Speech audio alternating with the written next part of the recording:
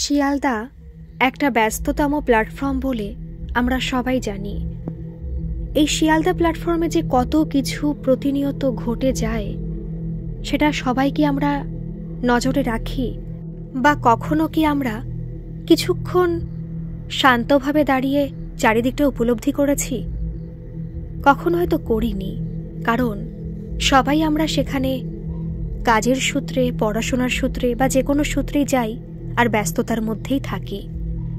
কিন্তু আজকে যে ঘটনা আপনাদের আমি বলবো, সেই ঘটনা এমন এক মর্মান্তিক এবং এমন এক ভয়ঙ্কর সত্যি ঘটনা, যেটা শুনলে আপনারা সবাই বিস্মিত হবেন, বলাই বাহুল্য শিউরে উঠবেন। নমস্কার শ্রোতা বন্ধুরা, আত্মা ও ঈশ্বর চ্যানেলে আপনাদের সবাইকে স্বাগত। আশা করি আপনারা ভালো আছেন, সুস্থ আছেন। আত্মা ও ঈশ্বর চ্যানেলকে এত ভালোবাসা দেওয়ার জন্য আপনাদের অনেক ধন্যবাদ। আপনারা যারা এখনো ঘটনা শুনছেন, পছন্দ করছেন কিন্তু এখনো সাবস্ক্রাইব করছেন না, তারা প্লিজ একটা সাবস্ক্রাইব করে আমার এই ছোট্ট পরিবারের সাথে যুক্ত হয়ে যান। আর আপনাদের এই ঘটনা শুনে কেমন লাগলো অবশ্যই আপনারা কমেন্টের মাধ্যমে মতামত জানাবেন। আর প্লিজ সবার সাথে এই ঘটনা শেয়ার করে নেবেন। তাহলে বেশি দেরি না করে শুরু করা যাক আজকের ভয়ঙ্কর এক সত্যি ঘটনা। আজকের এই ঘটনাটি আমাকে মধ্যমগ্রাম থেকে মানস চ্যাটার্জি পাঠিয়েছেন। এই যে ঘটনাটি আপনাদের বলবো, মানে যার সাথে এই ঘটনাটা ঘটে গেছে, তিনি হলেন মানুষের খুব কাছের একজন বন্ধু। আমি তার আসল নামটা উল্লেখ করছি না, কারণ মানসদা তার আসল নামটা উল্লেখ করতে বারণ করেছেন। আমি তার নাম প্রীতমদা বলেই ডাকছি। প্রীতমদা শিয়ালদার খুব কাছাকাছি একটা বহুজাতিক সংস্থায় মোটামুটি ভালো পোস্টেই চাকরি করতেন। প্রায় 2 বছর ধরে চাকরি করতেন। তার আগে তিনি যাদবপুর ইউনিভার্সিটিতে পড়াশোনা করেছেন এবং যাদবপুর থেকে মধ্যমগ্রাম ওই সপ্তাহে মোটামুটি ভালোই আর কি জার্নি করা হতো। মানে প্রীতমদার শিয়ালদা চত্বরটাকে, মানে শিয়ালদা মোটামুটি যে প্ল্যাটফর্মের সব কিছু তিনি বুঝতেন। মানে আমি বলতে চাইছি যে শিয়ালদা প্ল্যাটফর্মে কিন্তু অনেক জালিয়াতি কাজ হয়ে থাকে, অবশ্যই হয়। মানে অনেকে আছেন যে চাকরির খোঁজে খোঁজ দেন, নাম্বার নেওয়ার চেষ্টা করেন, এরকম অবশ্যই হয়ে থাকে। তো মোটামুটি এই সব ব্যাপারে প্রীতমদা কিন্তু খুব অভিজ্ঞ, জানতেন তিনি। এই কথাটা বলার কারণ, পরবর্তীকালে প্রীতমদার সাথে যে ঘটনাটা ঘটেছে সেই ক্ষেত্রে এই কথাটা বলা অবশ্যই দরকার ছিল। প্রীতমদা, যেহেতু বললাম যে শিয়ালদার আশেপাশে একটা জায়গায় চাকরি করতেন, তো তিনি জার্নি করতেন এবং মোটামুটি যে ওই 5:42 ট্রেনটা থাকতো, সে ট্রেনে করে উনি মধ্যমগ্রাম তার বাড়ি আসতেন। তো যখন 9 নম্বর প্ল্যাটফর্মে ট্রেনটা দিত, 9 নম্বর প্ল্যাটফর্ম তো এখন চেঞ্জ হয়ে গেছে, ওটা অন্য নাম্বার হয়েছে। তো যখন ঘটনাটা ঘটেছে তখন 9 নম্বর প্ল্যাটফর্মটাই ছিল। তো যখন ওই 9 নম্বর প্ল্যাটফর্মে ট্রেনটা দিত, উনি মাঝে মাঝেই দেখতেন যে 9 নম্বর প্ল্যাটফর্মের আগে একটা মেয়ে দেখে মনে হচ্ছে একটু কাঁদছে, আর মুখটা খুব করুণ, মনে হচ্ছে কিছু চিন্তায় রয়েছে, কোনো টেনশনে রয়েছে, এইভাবে দাঁড়িয়ে থাকে। প্রায় 1-2 দিন তিনি লক্ষ্য করেছেন এটা। যেদিন যেদিন ওই 9 নম্বর প্ল্যাটফর্মে দিয়েছে, এই নিয়ে প্রায় 2 দিন হলো উনি এটা লক্ষ্য করেছেন। এবার একটা কথা বলে রাখি, বনগা লোকাল যখন ওই বোর্ডে দেওয়া হয়, নামটা যখন মেনশন করা হয়, তখন মানুষ তো কোনো হুঁশ জ্ঞান থাকে না, সবাই দৌড়ে একটা সিট পেতে পারলেই বাঁচে, এইভাবে দৌড় লাগায়, অবশ্যই স্বাভাবিক। জোরে হাঁটে কেউ, জোরে কেউ দৌড় লাগায়। তো তার মাঝখানে একটা সাধারণ মেয়ে বা যে কোনো ছেলে, কারোর অবশ্যই নজর যাবে না, কিন্তু মেয়েটা এত সুন্দর দেখতে। মানসদা যেটা বললেন যে পরে প্রীতমদার কাছ থেকে শুনেছেন যে এত সুন্দর মেয়েটাকে দেখতে মনে হচ্ছে দেখলে তাকিয়েই থাকি, এত সুন্দর। যখন জোরে হেঁটে যায় তখন এক নজর হলেও তার দিকে কিন্তু চোখ পড়ে, এত অ্যাট্রাকটিভ একটা চেহারা। তো 2বার যখন দৌড়ে অবশ্যই তখন থামে না, তখন প্রীতমদা যেতেই লাগে, কিন্তু তার মাঝখানে একটু হলেও না ওই মেয়েটার দিকে চোখ যায়। তো পরপর 2 দিন এরকম হয়েছে। সবসময় তো 9 নম্বর প্ল্যাটফর্মে দেয় না, অন্য কোনো প্ল্যাটফর্মে দেয়, তখন কিন্তু দেখতে পায় না। তো ক্যাজুয়ালি নাই, মানে যখন ওই দেখে তখনই ওই ক্ষণিকের জন্যই। তারপরে কিন্তু চিন্তাভাবনা আর আসে না যে একটা মেয়েকে দেখলাম এত সুন্দর দেখতে, ভুলে যায়। সিট পাওয়ার জন্য দৌড় লাগায়, সিট পায়, বসে পড়ে, মাথা থেকে বেরিয়ে যায়। এরকম করে না যখনই ওই 9 নম্বর প্ল্যাটফর্মে ট্রেনটা দিত, প্রায় মাঝে মাঝেই 1-2 দিন মিস যেত, কিন্তু মাঝে মাঝে ওই মেয়েটাকে দেখতে পেত। কিন্তু শিয়ালদা এমন একটা প্ল্যাটফর্ম যেখানে তোমার কাউকে পছন্দ হলো বা তোমার কাউকে প্রয়োজন, তুমি না অচেনা কাউকে কিছু জিজ্ঞেস করতে পারবে না, কারণ কাউকে বিশ্বাস করা যায় না। মানে এমন একটা পরিস্থিতি, তুমি যদি কখনো বিপদে পড়ো, তুমি একমাত্র আরপিএফকে বলতে পারবে, রেলের কর্তৃপক্ষকে জিজ্ঞাসা করতে পারো, মানে নিজের একটা মানে বিশ্বাসযোগ্যতার ক্ষেত্রে, কিন্তু কাউকে সরাসরি কোনো কিছু জিজ্ঞাসা করতে পারবে না, কারণ মানে কাউকে সত্যি বিলিভ করা যায় না শিয়ালদা প্ল্যাটফর্মে এমন একটা পরিস্থিতি। তো উনি অতটা মানে প্রীতমদা তো খেয়াল করতেন না, মানে তাকাতেন, কিন্তু কখনো মনে হয়নি একবার গিয়ে কথা বলি, কারণ অনেকেই ফাঁদ পেতে থাকে, অনেক কিছু থাকে যে এইভাবে থাকছে, কেউ জিজ্ঞেস করবে, ফোন নাম্বার চাইবে, ফোন নাম্বার দেবে, অনেক ব্যাপার থাকবে, ঘটোমটো ব্যাপার থাকবে। এটাই প্রীতমদা অভিজ্ঞ। এই কারণেই কিন্তু আমি সবার প্রথমে বলে রেখেছিলাম যে প্রীতমদা এই শিয়ালদার যে বিভিন্ন মানে কার্যকলাপের ব্যাপারে খুব ভালোভাবে জানতেন। তাই কিন্তু মানে ওই যে দেখে ভালো লাগছে, আমার চোখে একটা ভালো লাগার বিষয়, তারপরেও কিন্তু অতটা কখনো গুরুত্ব দিতেন না। উনি ভয় পেতেন, অবশ্যই ভয় পেতেন যে আমি যেন কোনো ঝামেলার মধ্যে না জড়াই। তো এরকম মাঝে মাঝেই দেখছে। এইবার দেখুন, একটা ভালো লাগা বলে তো জিনিস থাকে। তো প্রীতমদা না মাঝে মাঝে ওরকম, সবসময় না, আবার কিছু কিছু ওই 9 নম্বর প্ল্যাটফর্মে দেখতেন যে মেয়েটা ওইভাবে দাঁড়িয়ে রয়েছে, কিন্তু সবসময় তার মুখের মধ্যে একটা খুব মানে কষ্টের ছাপ দেখা যেত। একদিন ওই প্রীতমদার দমদমে একটা মানে তার আত্মীয় বাড়িতে নিমন্ত্রণ ছিল এবং তিনি দমদমে নামবেন। অতএব সিট পাওয়ার কোনো তাড়া নেই যে সিট পেতেই হবে, এরকম কোনো ব্যাপার নেই। তো তিনি মোটামুটি করেই যখন বনগা লোকালের অ্যানাউন্সমেন্ট হলো, মানে নোটিশটা দেখলো আর কি, তো উনি ধীরে ধীরে যেতে লাগছেন। তখন না উনি মনে মনে, যেহেতু আগে অনেকবার দেখে ফেলেছেন মেয়েটাকে, ওনার মনের মধ্যে চিন্তাধারা আছে যে আমি যেন গিয়ে মেয়েটাকে দেখতে পারি, আর আজকে একটু কথা বলার মানে বলবে, এরকম তো অনেকদিন হয়ে গেছে, তো একবার কথা বলেই দেখি না কি এমন হবে, যদি মনে করি সাসপিসিয়াস কোনো কিছু তাহলে কথা বলবো না, ওখান থেকে বেরিয়ে যাব কেটে। তো উনি গিয়ে দেখলেন হ্যাঁ মেয়েটা দাঁড়িয়ে আছে, এবং মেয়েটা যথারীতি ওইভাবেই, এবং সে দুঃখ মুখ করেই দাঁড়িয়ে আছে। এবং সব থেকে ভাবার বিষয় যে মেয়েটা একটা সাদা মানে বলতে গেলে একটা অফ হোয়াইট কালারের একটা ড্রেস পরা, চুড়িদার পরা, বিশেষ করে মনে হচ্ছে কোনো ইন্টারভিউ দিতে গেছে, মানে চাকরির পরীক্ষা বা এরকম কিছু মনে হচ্ছে। ওই একটা ড্রেসেই সবসময় দেখতেন। এবার মেয়েটা না মানে প্রীতমদা মেয়েটার কাছে কি জিজ্ঞেস করছে যে এক্সকিউজ মি। তো মেয়েটা প্রথমে কোনো কথা বলেনি, কিছুই বলেনি। তো বলছে একবার ডাকলাম শুনলো না, তাহলে নিশ্চয়ই মেয়েটার মনে কোনো কিছু নেই, তবুও একটা সন্দেহের ব্যাপার তো রয়েছে।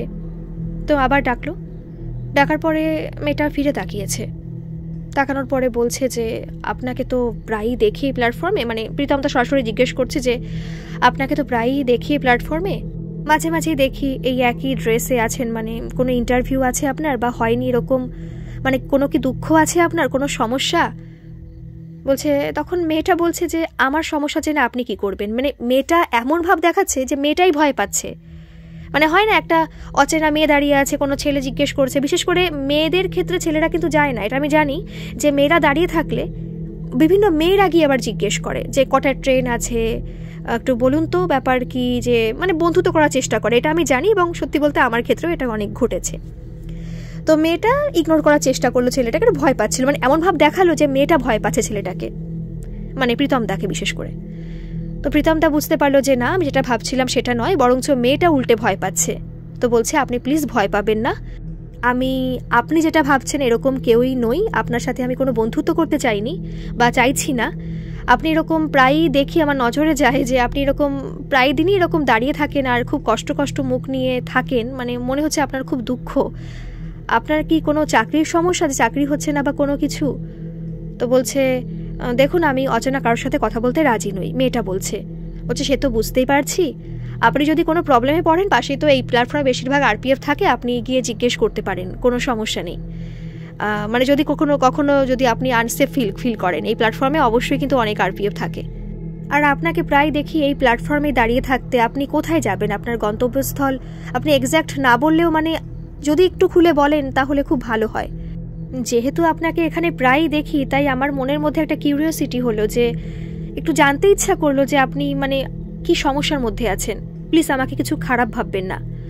এটা বলার পর না মেয়েটা অনেকক্ষণ, প্রায় 5 মিনিটের মতো মানে কোনো কথা বলেনি, শুধুমাত্র প্রীতমদার মুখের দিকে একভাবে তাকিয়েছিল। কিন্তু যখন ওই 5 মিনিটের মতো প্রীতমদার মুখের দিকে ওই মেয়েটা তাকিয়েছিল, ওই সময়টাই প্রীতমদা না মানে বলে না ওই যে লাভ অ্যাট ফার্স্ট সাইট, তো প্রীতমদার এত ভালো লেগে গেল মেয়েটাকে। মানে যেহেতু প্রীতমদা মাঝখানে বিশ্বাস করে নিয়েছে যে মেয়েটাই যখন ভয় পাচ্ছে, কথা বলতে চাইছিল না, তাহলে নিশ্চয়ই মেয়েটার মধ্যে কোনো মানে সন্দেহজনক কিছু নেই। তো মেয়েটাকে না ভালো লেগে গেল প্রীতমদার অ্যাকচুয়ালি। কিন্তু কি করবে, কিছুই বলার নেই। তখন মেয়েটা না একটু কথা বলা শুরু করলো যে আসলে আমি চাকরির খোঁজে প্রায় এখানে আসি, চাকরির ইন্টারভিউ দিই, কিন্তু আমি কখনো সফল হই না, আর আমাকে কেউ চাকরিতে নেয়ও না। বাড়ির পারিবারিক অবস্থা খুব খারাপ, এই কারণে আমি মানে খুব ডিপ্রেসড হয়ে পড়ছি, খুব কষ্ট লাগছে, কি করব বুঝে পাচ্ছি না, মাঝে মাঝে মনে হয় সুইসাইড করি। মানে প্রীতমদা না পুরো হতভম্ব হয়ে গেছে কথাটা শুনে। মানে এত সুন্দর কথা বলছে, তার মাঝখানে সুইসাইডের কথাটা বলে ফেললো। মানে প্রীতমদা না মনের মধ্যে হঠাৎ করে এমন একটা কষ্ট অনুভব করছে যে সুইসাইড কথাটা কেন বললো। কারণ এরকম তো অনেক হয় শুনেছে যে মানুষের ডিপ্রেশনে চলে গেলে, চাকরি যখন পায় না, অভাবের তাড়নায় অনেক মানুষই সুইসাইড করে, ছেলে মেয়ে, এখনকার বেকার ছেলে মেয়ে। তখন না মানে প্রীতমদা খুব কষ্ট পেয়েছে। প্রীতমদা ভাবছে যে আজকে যেহেতু আমার তেমন তাড়া নেই, প্রীতমদা না মেয়েটাকে একটা অফার দিয়ে ফেলেছে যে আপনি যদি আমাকে বিশ্বাস করেন তো পাশে কোনো ক্যাফেটেরিয়া কি বসতে পারি। তো আমি জানি, মানে প্রীতমদা এটাও বলছে যে আমি জানি আমাকে আপনার বিশ্বাস করা মানে খুবই মানে দুঃসাধ্য ব্যাপার, কারণ শিয়ালদা স্টেশনে আমি নিজেই কাউকে বিশ্বাস করি না, তো সেখানে আপনি আমাকে বিশ্বাস করবেন কিভাবে। যদি করেন আমি সিওরিটি দিচ্ছি যে আপনাকে আমি কখনো ফ্যাসাদে ফেলবো না, আপনি যেখানে বলবেন আমি সেখানে যেতে রাজি আছি। আপনার সাথে দুটো কথা বলতে চাই, কারণ আপনি যে কথাটা বললেন, যদি কোনো সমস্যা থাকে আপনি আমার সাথে একটু খুলে বলতে পারেন। প্রীতমদা আশা করেনি যে মেয়েটা না তৎক্ষণাৎ রাজি হয়ে যাবে, মানে একবারও আমতা আমতা করেনি। মেয়েটা বলছে হ্যাঁ আমি যেতে রাজি আছি, কারণ আমারও ভালো লাগছে না, আমি দুটো কথা বলতে পারলে আমারও মনটা হালকা হয়। তো প্রীতমদা মেয়েটাই আগে গেল এবং মেয়েটার পিছু নিল প্রীতমদা। কাছাকাছি একটা ক্যাফেটেরিয়ায় গিয়ে দুজনে মিলে বসলেন। বসার পরে কিছুক্ষণ পরে ওয়েটার আসলেন। আসার পরে স্যারকে মানে প্রীতমদাকে জিজ্ঞেস করলেন যে স্যার আপনার কি লাগবে। তো বলছে আমাকে কফি দিন। তো কফি দিল। বলছে না না 2 কাপ কফি দিন, 1 কাপ নয়, আমি একা খাবো না, আরেকজন খাবে, দুজন। তো পরে আবার 2 কাপ কফি দিয়ে গেছে। তো কফি খেতে খেতে মেয়েটার কথা শুনছে, যে বলছে যে এই ব্যাপার, বাড়ির আর্থিক অবস্থা তেমন ভালো নয়, যে কারণে মেয়েটা ইন্টারভিউ দিচ্ছে। মেয়েটা তার কোয়ালিফিকেশান জানালো যে মেয়েটা গ্র্যাজুয়েশন কমপ্লিট করেছে এবং পরবর্তীতে একটা ইনস্টিটিউশন থেকে তার ITI কমপ্লিট করেছে। ওই সময়টায় কিন্তু অনেক কথাই প্রীতমদা মেয়েটার সাথে বলছিল, এবং তার মাঝখানে প্রীতমদা একবার বলেছে যে তোমার যদি কোনো সমস্যা না হয়, আমি তো যেহেতু একটা IT কোম্পানিতেই কাজ করি, তো আমি চেষ্টা করতে পারি যদি কোনো মানে কোনো যদি পদ ফাঁকা থাকে বা কোনো যদি মোটামুটি কোনো পোস্টে যদি তোমাকে ঢোকাতে পারি, তো আমি কি চেষ্টা করতে পারি তোমার জন্য। তো মেয়েটা বলছে না না কোনো দরকার নেই, আমি দেখছি, আমি চেষ্টা করব, আমি কারো দয়া বাঁচতে চাই না, কারো চাকরি লাগবে না, আমি নিজে থেকেই চেষ্টা করব। তো তখন প্রীতমদা বলছে যে না না চেষ্টা তো অবশ্যই করবে, তোমার যোগ্যতা থাকলে তুমি অবশ্যই পাবে, কিন্তু আমার সোর্সে নয়, তুমি ইন্টারভিউ দেবে, তোমাকে পছন্দ হলে, তোমার কাজকর্ম পছন্দ হলে তোমাকে চাকরি অবশ্যই দেবে, তুমি তোমার ফোন নাম্বারটা দাও, আমি অবশ্যই তোমাকে জানিয়ে দেব। প্রীতমদা বলছে আসলে আমি ফোন ইউজ করি না, আমার ফোন নেই কোনো। তখন না প্রীতমদার খুব আজব লাগলো। প্রীতমদা অবশ্য বিশ্বাস করেনি, প্রীতমদা ভেবেছে যে হয়তো আমাকে বিশ্বাস করে উঠতে পারেনি, ফোন নাম্বার দেবে না, তাই হয়তো মিথ্যে কথা বলল। প্রীতমদা এই বিষয়ে কোনো কথা বলেনি যে ফোন নাম্বার নেই এই যুগে এসে, এটা তো অসম্ভব ব্যাপার। প্রীতমদা আরও দুটো কথা বলল যে ঠিক আছে কোনো সমস্যা নেই, কিন্তু যদি তোমার সাথে আমার মানে কোনো দরকার থাকে বা যদি আমি কথা বলার পরে কোনো চাকরির সন্ধান পাই, তখন তোমাকে আমি কিভাবে জানাবো, তুমি তো ফোন নাম্বারটাও দিলে না, বলছো তোমার ফোন নেই, তো তোমাকে আমি তখন কোথায় পাবো। বলছে চিন্তা নেই, আপনি আমাকে ওই প্ল্যাটফর্মেই দেখতে পাবেন। বলছে ওই প্ল্যাটফর্মে দেখতে পাবো, তোমার বাড়িটা এক্স্যাক্টলি কোথায়, তো তোমার এক্স্যাক্ট কোনো লোকেশন দিতে হবে না, কিন্তু তুমি ওখানেই থেকে কোথায় যাও। বলছে আমার বাড়ি ডায়মন্ড হারবার। বলছে ডায়মন্ড হারবার, তুমি তো সাউথের দিকে যাবে, তুমি ওখানে কি করো। বলছে না না আমি ওখানে একটু দাঁড়াই, ওখানে আমার খুব সেফ ফিল হয়। বলছে ওখানে তোমার সেফ ফিল হয়। বলছে হ্যাঁ, ওই যে বললেন না অনেক আরপিএফ থাকে। বলছে আরপিএফ তো সব প্ল্যাটফর্মে থাকে। বলছে না না, এখানে একটু বেশিই থাকে, আপনি বললেন না। তো না খুব আজব লাগছে, মানে ওই মেয়েটার কথাবার্তা খুব আজব লাগছে। বলছে এইভাবে কথা বলছে, আর ওখানে বা কেন দাঁড়ায়, থাকবে সাউথে, তো এখানে এসে কেন আসে ডায়মন্ড হারবারে যাওয়ার জন্য। তো আর কিছু জিজ্ঞেস করে যে মেয়েটা কি মানে পাগল নাকি, মানে মনে মনে ভাবছে, কিন্তু কিছু বলেনি। কিন্তু মেয়েটাকে এত সুন্দর দেখতে আর কথাবার্তা তো অবশ্যই নম্রভদ্র, তাই মেয়েটাকে না অবশ্যই মানে প্রীতমদার খুব ভালো লেগে গেছে। যেহেতু নাম্বার দেয়নি তাই আর কিছু বলারও নেই। প্রীতমদা যথারীতি সেখান থেকে শিয়ালদা প্ল্যাটফর্মে উঠল। ওঠার পরে বলল যে আচ্ছা ঠিক আছে, তুমি চলো, তোমাকে আমি ওই সাউথের দিকে এগিয়ে দিয়ে আসি। বলছে না না, কোনো দরকার নেই, আপনি চলে যান, আপনার প্রায় 1 ঘন্টা লস হয়ে গেল, আপনি কোথাও যেতেন, আপনি খুব ব্যস্ত মানুষ, অবশ্যই ব্যস্ত মানুষ, কাজে গেছিলেন, বাড়ি যাচ্ছেন, তো আপনি চলে যান, আমি যেতে পারবো। বলছে না না, আমি যাই, তোমাকে ট্রেনে। বলছে না না, কোনো সমস্যা নেই, আপনি চলে যান। তো ভাবছে যে অনেকক্ষণ কথা হলো, মানে এরকম একটা অচেনা মানুষ এভাবে আমার সাথে কথা বলবে, আমি একজন তার কাছেও অচেনা, তো আমি ওটা তো মানে বিশ্বাস করে উঠতে পারিনি যে আমার সাথে কথা বলবে। যাই হোক, প্রীতমদা সেদিন দমদমে গেছিলো এবং পরের দিন যেহেতু শনিবার ছিল, ছুটি ছিল, তো শনিবার দিন সকালবেলা বাড়ি চলে গেছে। যাওয়ার পরে শনি রবিবার 2 দিন কাটলো, এবং ওই 2টো দিন মানে মেয়েটার কথাবার্তা, মেয়েটার মানে মুখ, কিছুই না প্রীতমদা ভুলতে পারছে না। তো এরকম তো স্বাভাবিক সবার ক্ষেত্রেই হয়ে থাকে, যদি কাউকে পছন্দ হয়, কোনো ছেলে বা কোনো মেয়েকে, মেয়ে বা কোনো ছেলেকে, তো এরকম সবার ক্ষেত্রে এটা হয়ে থাকে।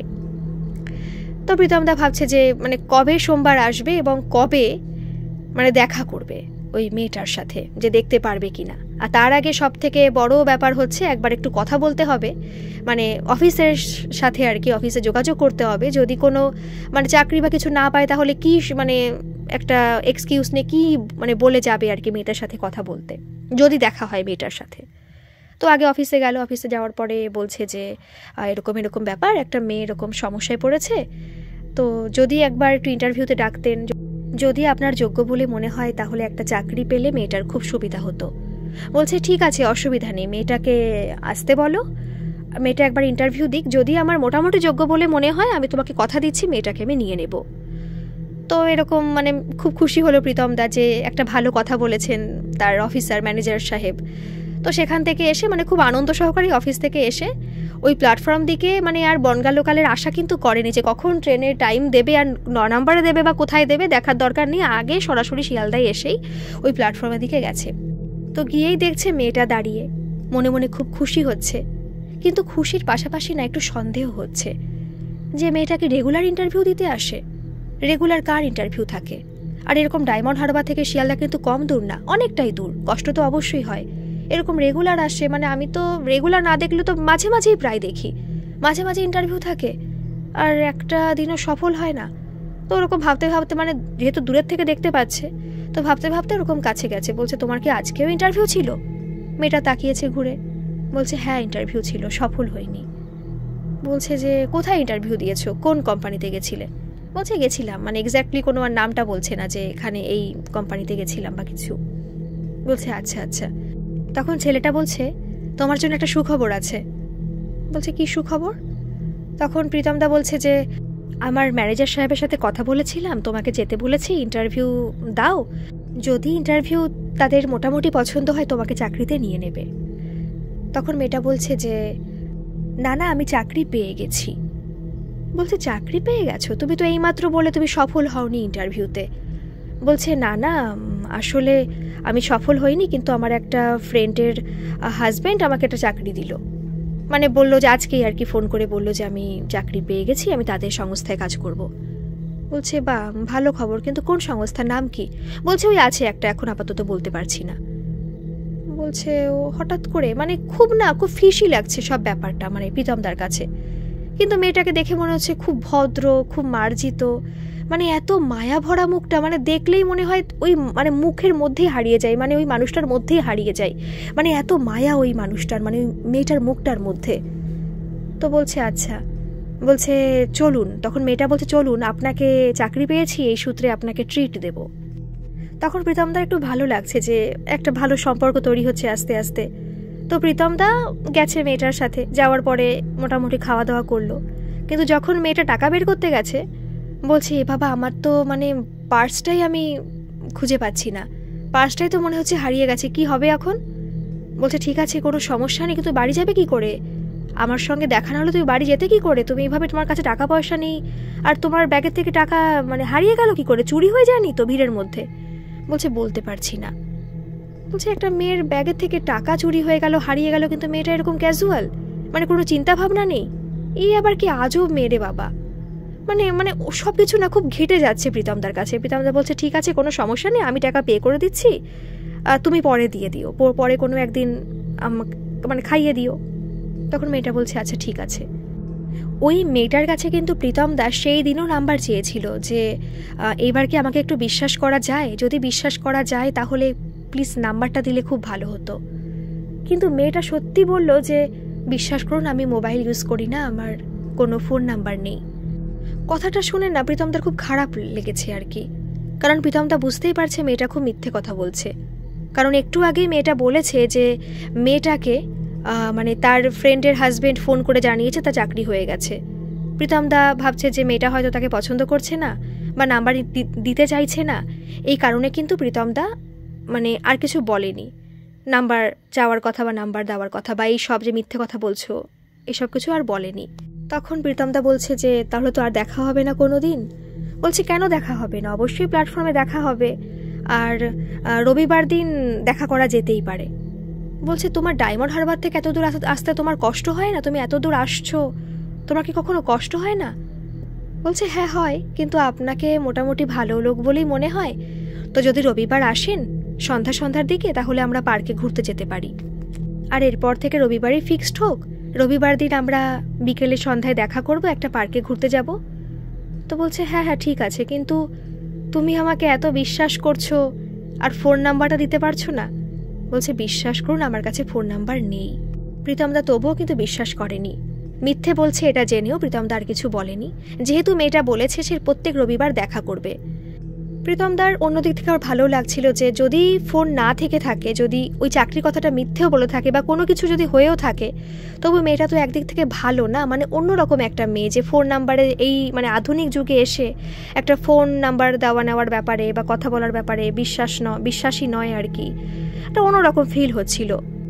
বাড়ি গিয়ে প্রীতমদা মানুষদাকে ফোন করলো। মানুষদাকে যা যা ঘটনা এই কদিন ধরে ঘটেছে সব ঘটনা কিন্তু মানুষদাকে বলেছে। মানুষদা তখন একটা কথা বলল যে দেখ প্রীতম, সবই তো বুঝতে পারছি যে মেয়েটা খুব ভালো ভদ্র মার্জিত, কিন্তু আমার কিন্তু বিশ্বাস হয় না ভাই, এরকম কিন্তু প্রচুর মেয়ে থাকে, ছেলে মেয়ে কিন্তু শিয়ালদা প্ল্যাটফর্মে থাকে যে ফাঁসিয়ে দেবে, ভাই তুই এখান থেকে বেরিয়ে আয়। সুন্দর তো কত মেয়েই থাকে, কত মেয়েকে তো ভালো লাগে, সব মেয়েকে কি নিজের করে পাওয়া যায়, কাছের করে কি পাওয়া যায়? তুই এখান থেকে বেরিয়ে আয়, আমার কিন্তু খুব ফিসি লাগছে ব্যাপারটা, তুই এর মধ্যে ঢুকতে যাস না। বলছে দেখ ভাই সে তো বুঝতেই পারছি, কিন্তু মেয়েটা তো আমার কোনো নাম্বার নেয়নি, কিচ্ছু নেয়নি, শুধুমাত্র একটু পার্কে দেখা করবে, এতে কি বা এমন হতে পারে? আর আমি তো একটা বুদ্ধিমান, মোটামুটি একটু বুদ্ধি তো আমার আছে নাকি, যদি আমার কোনো সন্দেহজনক কিছু মনে হয় তো আমি সেখান থেকে বেরিয়ে আসবো, কোনো ব্যাপারই না। তখন মানুষদানাকে আর কিছু বলেনি। তো তারপর থেকে এরকম করে প্রায় প্রত্যেক রবিবার একটা মানে শিয়ালদা থেকে একটু দূরে একটা পার্কে প্রীতমদার ওই মেয়েটার নাম কিন্তু ইন্দ্রাণী বলেছিল মেয়েটা নিজে, যে আমার নাম ইন্দ্রাণী। তো ওই প্রীতমদার ইন্দ্রাণী বলেই বলছি আপাতত। প্রীতমদার ইন্দ্রাণী ওই পার্কে প্রত্যেক রবিবার দেখা করত। একদিন হঠাৎ ওই পার্কে ওই ঝালমুড়ি বিক্রি করে না ভুল বললাম, সরি, ঝালমুড়ি না, ঘটি গরম। তো ঘটি গরম একটা কাকু বিক্রি করছিল। তো হঠাৎ করে প্রীতমদা ডাক দিল যে মানে প্রীতমদা তার আগে বলে নিয়েছে মেয়েটাকে মানে ইন্দ্রাণীকে যে তুমি ঘটি গরম খাবে? বলছে হ্যাঁ খাবো। তো প্রীতমদা ওরকম ওই ওনাকে ডাকলো, মানে একটা কাকুকে ডাকলো যে ঘটি গরম বিক্রি করছিল। ডাকার পরে বলছে যে ঘটি গরম দিন। তো ওই কাকু কিন্তু একটা ঘটি গরম দিল, বলছে একটা না আরেকটা দিন। তো আরেকটা দিল, দেওয়ার পরে চলে গেল ঘটি গরম কাকু। এইবার ওই যখন প্রত্যেক রবিবার আসতো না, প্রত্যেক রবিবারে কিন্তু ওই কাকুর কাছ থেকে ঘটি গরমই খেত, আর পার্কে বসে আর কিছু খেত না, আর কথা বলতো। এরকম করে কিন্তু ওই প্রীতমদার ওই মেয়েটা একটা মানে বন্ধুত্বের পর্যায়ে কিন্তু আর ছিল না, একটা ভালোবাসার পর্যায়ে পৌঁছে গিয়েছিল। এর মাঝে একদিন হঠাৎ একটা আজব ঘটনা ঘটল। প্রীতমদা একটা সেলফি তুলতে গেল মেয়েটার সাথে, বলছে তোমার সাথে তো আমার কোনো ফটোই নেই, তুমি তো ফোনও ইউজ করো না, ফোনে কথাও হয় না, মানে মনে হয় যে আগেকার যুগের প্রেম করছি আমরা, মানে এরকম একটা সিচুয়েশান আমাদের মধ্যে। তো একটা ফটো কি আমি রাখতে পারি? যদি কাউকে ওর বন্ধু বান্ধবকে দেখাই তো তখন বলতে পারবো যে এই যে আমার গার্লফ্রেন্ড। বলছে না, আমি ফটো তুলতে চাই না, আসলে আমি আমার ফটো তোলাতে অ্যালার্জি আছে। বলছে এ আবার কেমন কথা বলছো, ফটো তুলবে না? একটা ফটো তুললে কি এমন হতো, একটা স্মৃতি থাকতো আমার কাছে অন্তত। তোমাকে তো সারা সপ্তাহ দেখতে পাই না, মাত্র রবিবারই দেখতে পাই, তো একটা ফটো তুলি না। কিন্তু এত বার করে বলার পরেও ওই মেয়েটা কিন্তু কোনো ফটোই তুললো না। অনেকবার করে বলেছিল। সেদিন কিন্তু প্রীতমদা রেগেও গিয়েছিল, অনেকটা রাগ করেছিল যে এটা কেমন আজব ব্যাপার, একটা ভালো সম্পর্কে এসে আমরা পৌঁছেছি, পরবর্তীকালে বিয়ে করব, এমনও চিন্তাধারা নিয়েছে প্রীতমদা, সেখানে একটা ফটো তুলতে পারছে না। সেদিন রাগ করে না প্রীতমদা চলে গিয়েছিল, অবশ্যই ইন্দ্রাণীকে সাথে নিয়েই আর কি, শিয়ালদা প্ল্যাটফর্মে ওকে পৌঁছে দিয়ে চলে গিয়েছিল। কিন্তু ওদের মাঝখানে কিন্তু কোনো কথা হয়নি। যেমন আগে যে কোনো রবিবার ওরা যখন দেখা করতো তখন কিন্তু ওরা এটা ফিক্সড করে যেত নেক্সট রবিবার আবার এই শিয়ালদা প্ল্যাটফর্মে দেখা হবে এবং সেখান থেকে আমরা পার্কে যাব। কিন্তু এই দিন কিন্তু কোনো কথা না হয়েই ওরা দুজন দুদিকে চলে গেল। বাড়িতে গিয়ে না খুব খারাপ লাগছে, এই কথাও কিন্তু মানুষদাকে সব জানিয়েছে। এবার যেহেতু প্রীতমদার না খুব কাছের বন্ধু মানুষদা, তাই যা হয় মানুষদাকে অবশ্যই জানায়। মানুষদা প্রীতমদাকে বারবার করে বলছে যে দেখ প্রীতম, তোকে কিন্তু মেয়েটা ফাঁসিয়ে দেবে, তুই কিন্তু প্লিজ এখান থেকে বেরিয়ে আয়। কারণ যদি কোনো সাসপিসিয়াস কোনো ব্যাপার নাই থাকতো তাহলে অবশ্যই সেলফিটা তো তুলতো, নিশ্চয়ই কোনো মাথায় কোনো মতলব আছে, কোনো প্ল্যানিং করে রেখেছে অলরেডি যে তোকে ফাঁসাবে এবং পরবর্তীকালে তোর কাছে কোনো প্রুফ থাকবে না। না খুব বাজে একটা সিচুয়েশনের মধ্যে মানুষদাও পড়ে গেছে, প্রীতমদাকে নিয়ে খুব টেনশন করছে। এবার যেহেতু প্রীতমদা খুব কাছের বন্ধু, বলছে ঠিক আছে লাস্ট আমি রবিবার যাই, দেখি যদি প্ল্যাটফর্মেও আসে, ফোন নাম্বার তো দেয়নি, তাহলে ওর কাছ থেকে আমি সব জিজ্ঞেস করে নেব, ফোন নাম্বার তো নেবই নেব, বাড়ির ফোন নাম্বার নেব, ইভেন তোর অ্যাড্রেসটাও ভালো করে আমি নিয়ে নেব। আর যদি মনে করি যে দিচ্ছে না বা কিছু, তাহলে আমি ওর সঙ্গে আর কোনোদিনও কথাই বলবো না, আমি পুরো এড়িয়ে যাব। মানুষদা বলছে ঠিক আছে লাস্টবার কথা বল, কিন্তু আমি তোর সাথে যেতে চাই। বলছে না, তোকে পরের সপ্তাহে আমি নিয়ে যাব, তুই আজকে আমাকে একা যেতে দে। একটু রাগারাগি হয়েছে, আমি রাগ করে চলে এসেছি, ও আধেও আসবে কিনা সেটা বলতে পারছি না, আমি আগে নেক্সট রবিবার যাই, তারপর দেখি। নেক্সট রবিবার আসলো, গিয়ে দেখে যথারীতি ওই প্ল্যাটফর্মে ইন্দ্রাণী মেয়েটা দাঁড়িয়ে রয়েছে। মেয়েটার কাছে গেছে, মেয়েটা দেখেছে, দেখে মেয়েটা পুরো স্বাভাবিক, কোনো রাগটা কিছুই করেনি। মেয়েটা বলছে যাবে পার্কে? বলছে হ্যাঁ যাবো তো পার্কে। তারপর ওরা দুজন পার্কে গেল। পার্কে গিয়ে প্রীতমদা বলছে যে তুমি কি রাগ করেছো, আগের দিন আমি ওভাবে চলে গেলাম? তখন ওই মেয়েটা বলছে যে না না রাগ করিনি, রাগ করবো কেন, তোমাকে সেলফি তুলতে দিইনি, তুমি তো কষ্ট পেতেই পারো। তখন প্রীতমদা সরাসরি কোনো ভনিতা না করেই বলছে দেখো ইন্দ্রাণী, একটা কথা বলি, তুমি তো তোমার ফোন নাম্বার দিচ্ছ না, বলছো ফোন ইউজ করো না, এখানে তো আমার কিছু বলার নেই, কিন্তু তোমাকে আমি বিশ্বাস করবো কি করে? আমি তো তোমার বিশ্বাস অর্জন করেছি যে আমি কখনো কোনো খারাপ কিছু করিনি, আমি সব কিছুই তোমাকে, ফোন নাম্বার সব কিছু তোমাকে আমি দিয়েছি, তো অ্যাড্রেসও দিয়েছি।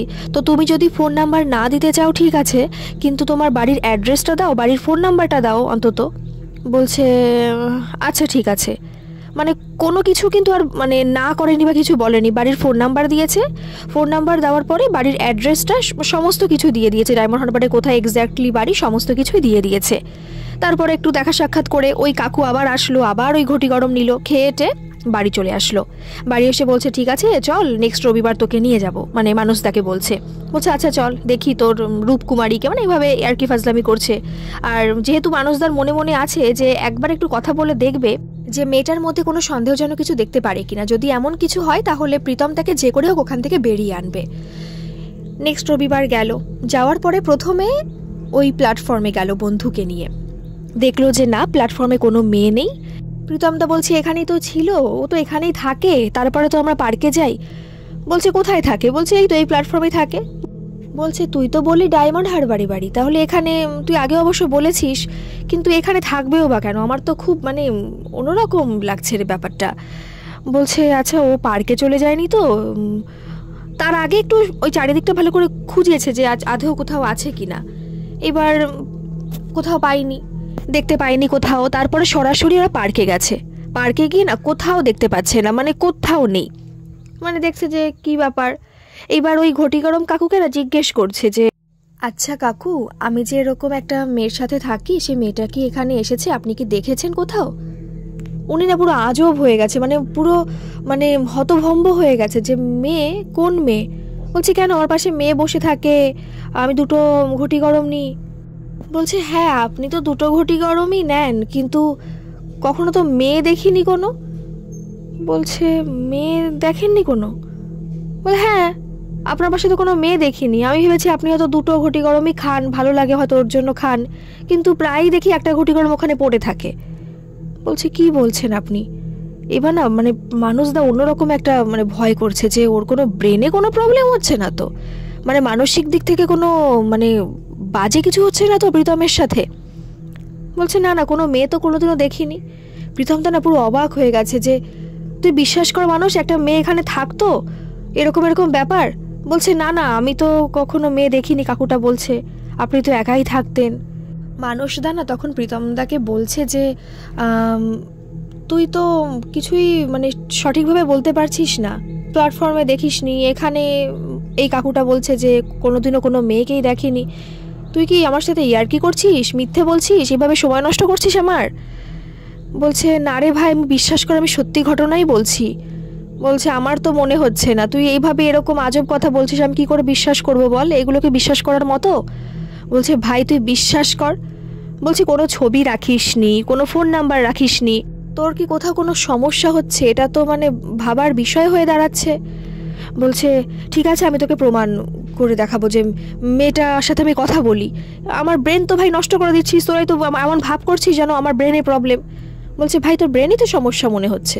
বলছে এরকম বলিস না, আমি সত্যি বলছি, আমি কি তোরা কি আমার মানে আমার নিজের এখন পাগল পাগল মনে হচ্ছে, এরকমভাবে করিস না, আমি সুস্থ একজন মানুষ, মানে কোনো ব্যাপারই নয়। তো এটা বলার পরে বাড়ি চলে এসছে। আসার পথে বলছে ভাই কালকে অফিসটা একটু ছুটি নে, আমি ডায়মন্ড হারবার যাব।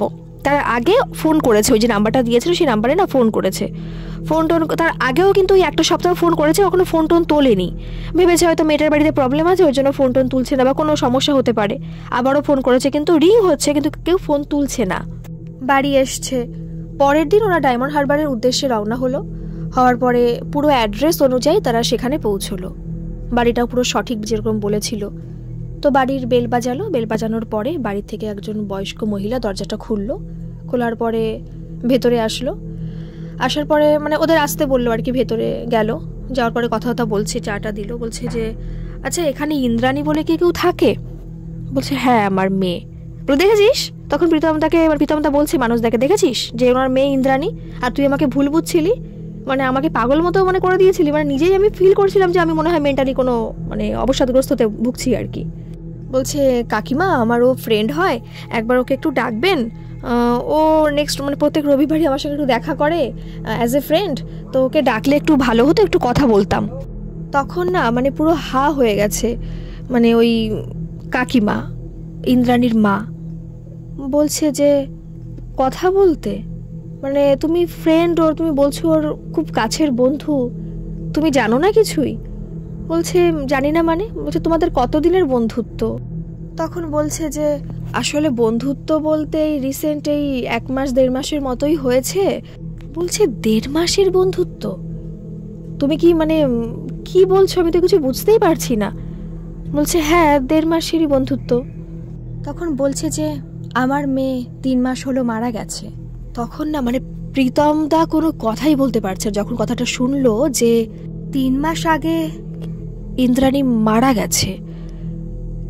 মানুষদা প্রীতমদার দিকে পুরো তাকিয়ে রয়েছে, আর প্রীতমদা মানে জাস্ট কোনো কথাই বলতে পারছে না, পুরো মানে তার মুখ পুরো বন্ধ হয়ে গেছে। মানুষদা প্রীতমদার পিঠে হাত দিয়েছে, মানে রিল্যাক্স হওয়ার চেষ্টা করছে আর কি, যে যাতে ও রিল্যাক্স হয়। মানে মানুষদাও বুঝতে পারছে যে কিছুটা সমস্যা তো এর মধ্যে হচ্ছেই।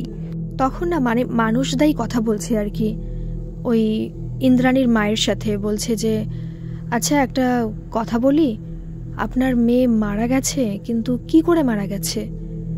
বলছে যে আমার মেয়ে সুইসাইড করেছে। বলছে সুইসাইড করেছে?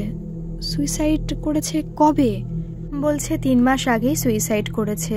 আমার মেয়ে ক্যালকাটা ইউনিভার্সিটিতে পড়তো, বিএসসি কমপ্লিট করেছে, গ্রাজুয়েশন কমপ্লিট করেছে। ওর বাবা নেই, অনেক ছোটবেলাতেই ওর বাবা মারা গেছে। আমি অনেক কষ্ট করে লোকের বাড়ি কাজ করে ওকে পড়াশোনা শিখিয়েছি, চেষ্টা করেছি মেয়েটা নিজের পায়ে দাঁড়াক, তাহলে আমার আর কোনো চিন্তা থাকবে না। মেয়েটা গ্রাজুয়েশন চলাকালীনই একটা ছেলেকে ওর ভালো লাগে। সিনিয়র ছিল, কলেজে আসতো, তারপরে ছেলেটা চাকরি পায়, ভালো একটা সম্পর্ক ছিল। যখন কলকাতার আশেপাশে ITI কমপ্লিট করলো, ওখানেও একটা ভালো সম্পর্ক ছিল, মানে ছেলেটা ওকে খুব সাপোর্ট করতো, খুব ভালোবাসতো। 2-1 বার আমাদের বাড়িতেও এসেছে ছেলেটা ওকে বিয়ে করতে চাইতো, কিন্তু মেয়ে আমার চাকরি না পেয়ে কোনো বিয়ে করবে না। ও বারবার ইন্টারভিউ দেওয়ার চেষ্টা করতো, চাকরি হতো না, কোথাও মানে যেত, মানে কোথাও কিছু হচ্ছিল না, ওর কি করবে কিছু বুঝে পাচ্ছিল না।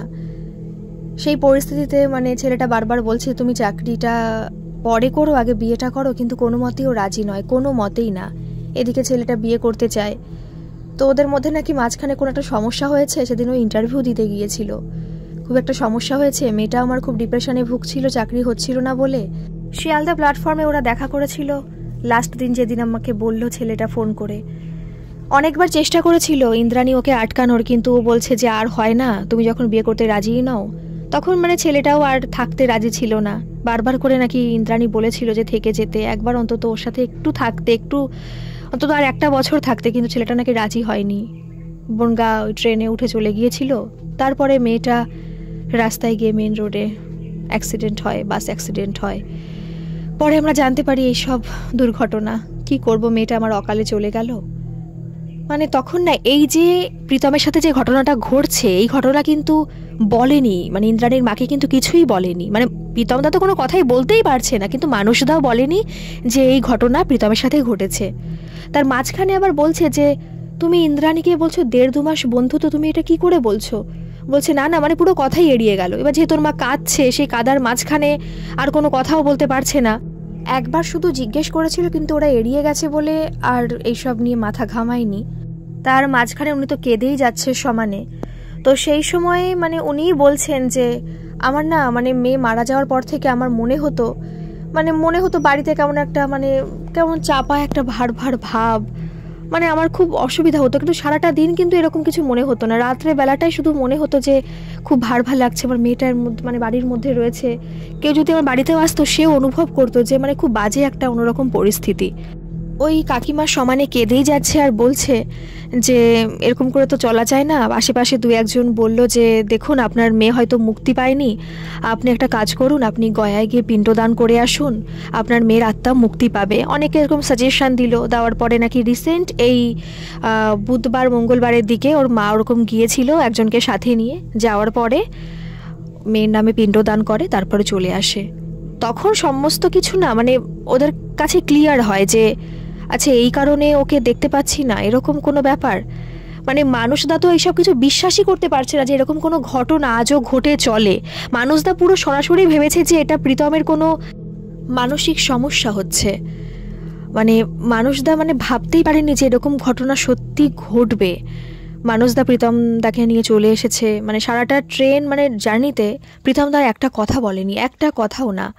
বাড়িতে এনেছে, আসার পরে মানে ওকে বাড়িতে নিয়ে গেছে, মানুষদার বাড়িতেই নিয়ে গিয়েছিল। যাওয়ার পরে মানে অনেক কথা বলছে, কিন্তু মানে চেষ্টা করছে ওকে স্বাভাবিক করার, কিন্তু কোনো মতেই স্বাভাবিক করতে পারছিল না, কোনো মতেই না। প্রায় মানে 1 সপ্তাহ সে অফিস পর্যন্ত যেতে পারেনি। মানে ওর সাথে যা ঘটনা ঘটলো, মানে কাউকে ভাষায় প্রকাশ করতে পারে না। এইসব ঘটনা কিন্তু বাড়িতেও জানায়নি। বাড়িতে বলেছে মানে কোনো একটা মেয়েলি প্রবলেম, আমি ঠিক করে দেবো, মানুষদা বলেছে। মানে এই কথা কাউকে যে বলবে, সে কথা আবার বলতেই পারছে না। কেউ কি বিশ্বাস করবে এই কথা? মানে কাউকে ঠিক মতো করে বলতেও পারছে না। মানুষদা মানে অনেকটা দিন ধরে প্রীতম তাকে সাপোর্ট করে গেছে, কিন্তু চাকরি তো ছাড়লে হবে না। মানুষদা অনেক জোর জবরদস্তি করে, অনেক বুঝিয়ে তারপরে অফিসে পাঠিয়েছে, অফিস করেছে, মানে অনেক চেষ্টা করেছে। কিন্তু যখনই না প্রীতমদা পরে বলে যে যখনই 9 নম্বর প্ল্যাটফর্মে ট্রেনটা দেয়, মানে প্রীতমদা মানে যেতে ওখান থেকে ভয় লাগে। মানে এখন তো দেখা যায় না কখনো মেয়েটাকে, তবু না খুব ভয় করে, মানে মনে হয় যে এখনও হয়তো আছে, মানে এরকম ফিল করে।